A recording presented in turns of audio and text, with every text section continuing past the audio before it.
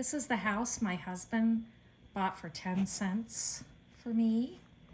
A man was cleaning out and getting ready to move, and he was anxious to get rid of things, so he did not find a lot of value in this dollhouse.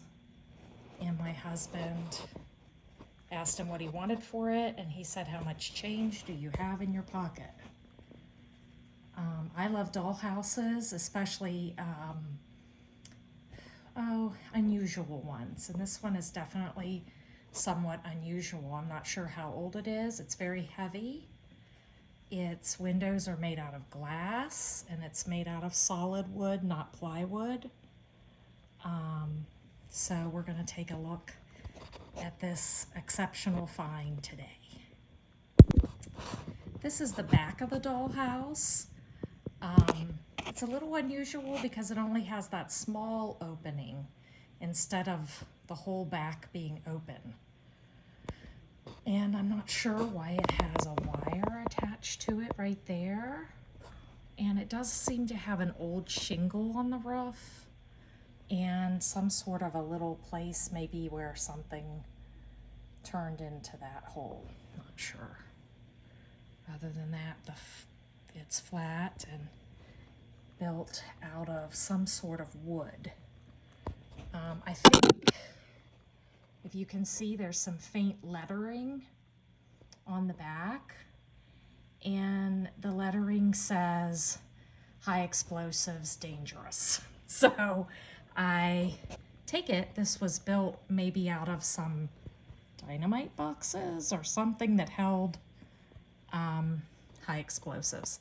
You can see that it's dovetailed down the sides, but there are nails used in its construction, so maybe those dovetails were original to the boxes that were used. Okay, here we're going into the interior, and the whole interior was covered with tape like you see on this left-hand wall. But I began to remove it, and you can see remnants of old wallpaper underneath, which I'm very pleased to find. So at one point, this was wallpapered at least once, possibly twice, and definitely used as a dollhouse, I would say. You can see the construction of the windows. They are glass. And if I can get it out, on the roof, there's a couple, like maybe some sort of product boxes that I'll be able to use to date the dollhouse. So there you can see those.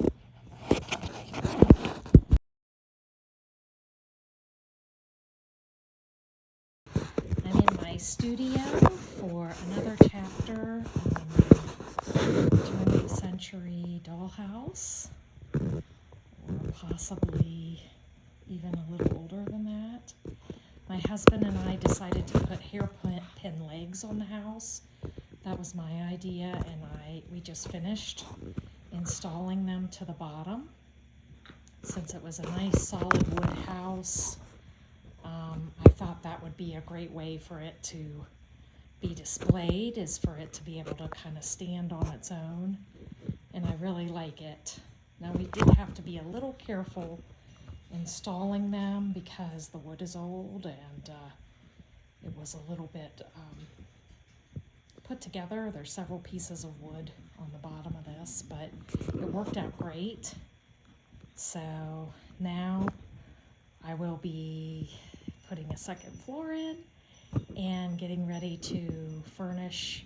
You can see some of the furnishings there on the table, and this will be ready for Christmas.